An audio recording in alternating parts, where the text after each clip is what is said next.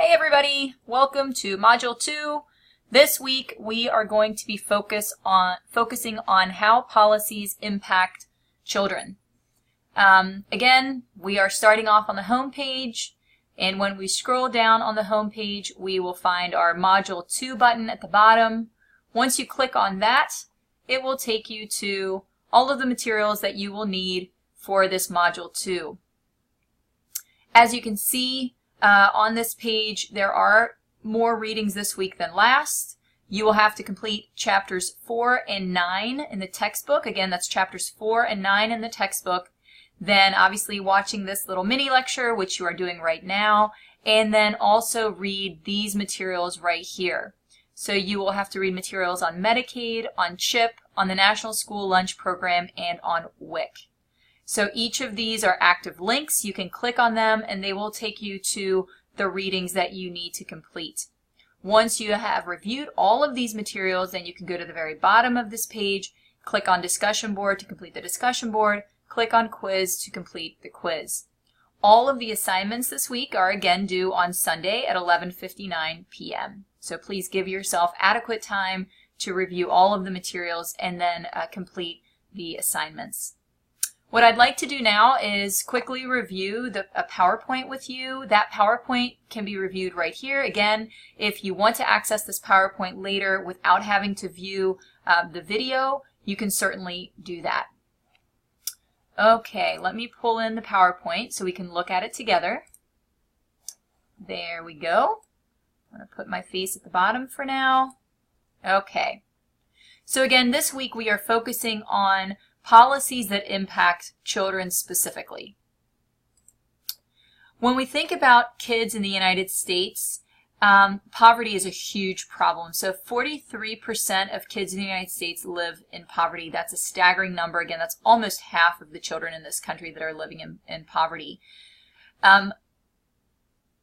Minority children, African American, Latino, American Indian children, are the children that are most overrepresented in terms of poverty. So they are the kids who are experiencing poverty at the highest rates.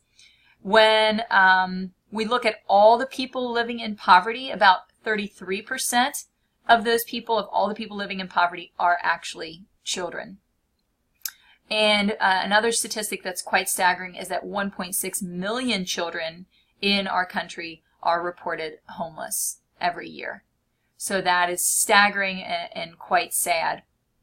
The other thing that UNICEF has put out, this was in 2010 statistics, so a little bit dated, but the numbers have not changed much. So out of the 24 nations that have been identified as the wealthiest in our world, so there are 24 nations that are considered wealthy in our world, and the U.S. is one of those.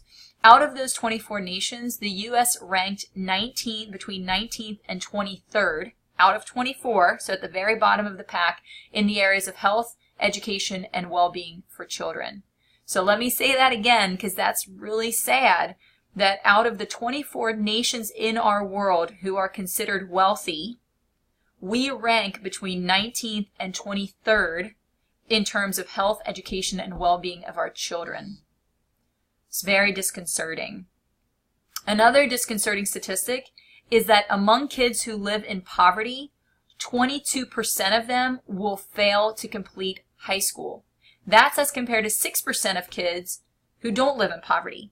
So of the kids who don't live in poverty, only 6% will not complete high school. Among kids in poverty, 22% of kids will not complete high school.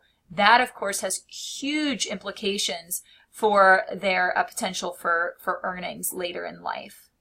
So again, these statistics are quite staggering and saddening, especially in a country as wealthy as the United States.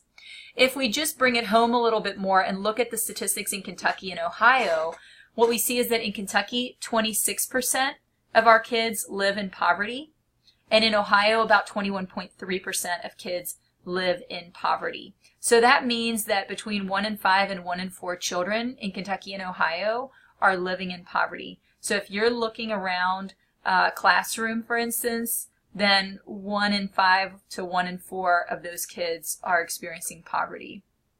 So given the fact that poverty is so prevalent among children, it is very important for social workers to have a good understanding of the policies that can help alleviate childhood poverty. This is critical. So I have picked just a handful, 4 policies that are really important for us to be aware of in our work with children. We're going to look at Medicaid and CHIP. We're going to look at the National School Lunch Program, and we're going to look at Women, Infants, and Children Program, WIC. So we're going to have a quick overview of each of these programs in this PowerPoint. And then after that, you will look into each of those PowerPoints into each of those policies more deeply with the additional materials that I've provided. So Medicaid, we're going to start there. Medicaid provides health coverage to low-income people, and it's one of the largest payers for health care in the United States. This is not just for children. Medicaid is a program for anybody that's low income. However, that includes children. As we've established, quite a few children in our country are impoverished, so Medicaid is important to know about. Aside from Medicaid, we also have the Children's Health Insurance Program. Short for that is CHIP. CHIP provides federal matching funds to states to provide health coverage to kids who live in low-income families, but the income of those families is too high to qualify for Medicaid, but it's not, their income isn't high enough to be able to afford private coverage. So those are kids that are kind of falling in the hole. They don't qualify for Medicaid because the income is too high, but they don't have enough income to get private health insurance. So those kids can then qualify for CHIP.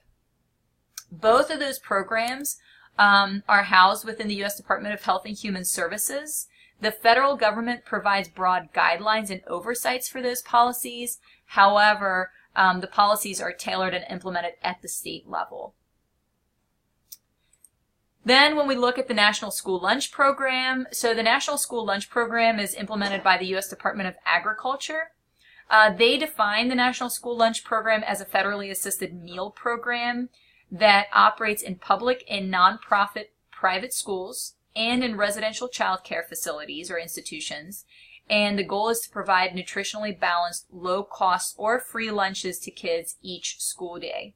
So again, this is a program that allows kids to get free or low-cost meals, lunches, every day when they are at school, so that they are able to focus on their education rather than focusing on their empty tummies.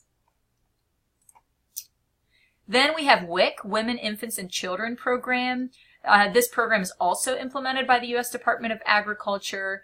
It provides supplemental food, health care referrals, and nutrition education for low-income pregnant women, low-income women who are breastfeeding, and non-breastfeeding postpartum women, and also to infants and children up to the age of 5 who are at nutritional risk.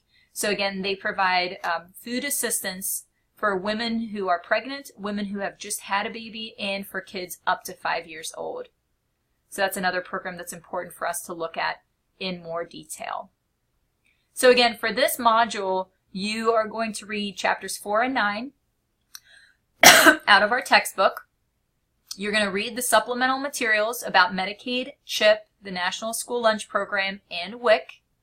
All of the links for those documents are again on Canvas, so you can look for those there. And then once you've looked at all these materials, then you will complete the discussion board and the quiz. And again, those are due by 11:59 on Sunday. As usual, if you have any questions for me, please send me an email. If you need to schedule a meeting, we can absolutely do that too. Keep in mind when you review these materials, this information is very helpful to you. I think sometimes there's a disconnect between practitioners and policy. Sometimes, especially as a student, we feel like, why do we need to know about policy? This stuff is critical for you to be aware of. These policies really can make a difference in your clients' lives.